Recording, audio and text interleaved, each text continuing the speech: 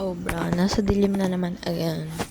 Wala akong walang light, but anyway, it's fine. Ayan, ang dilim. Ayun, wag na. Basta, this is update. Day 50? What? 55 na ako. Yeah, 55 years old na tayong gumagawa ng kalokohan. So today, wala naman masyado. Ang dilim talaga, para akong nangingitim dito. Anyway, ayun lang. It's July 1st. Then 2nd na, grabe, ang bilis ng mga pangyayari. Ang dilim.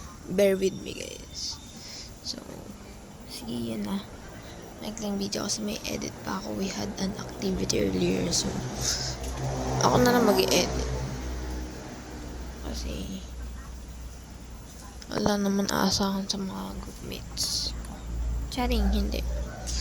May naman magaling sa math. That's why yun lang, zooming up na kasi edit ko pa.